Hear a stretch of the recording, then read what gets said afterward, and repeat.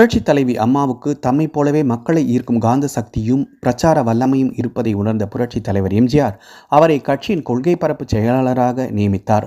1984ஆம் ஆண்டு நடந்த சட்டப்பேரவை பொதுத் தேர்தலின் போது மக்கள் திலகம் எம்ஜிஆர் உடல்நலம் குன்றி அமெரிக்காவில் சிகிச்சை பெற நேர்ந்தது.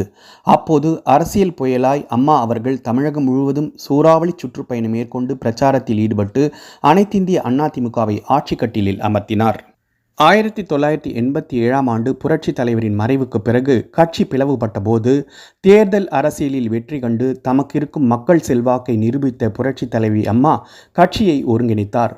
உலக அரசியலில் ஒரு பிளவுபட்ட கட்சி ஒன்றிணைந்ததாக சரித்திரமே இல்லை.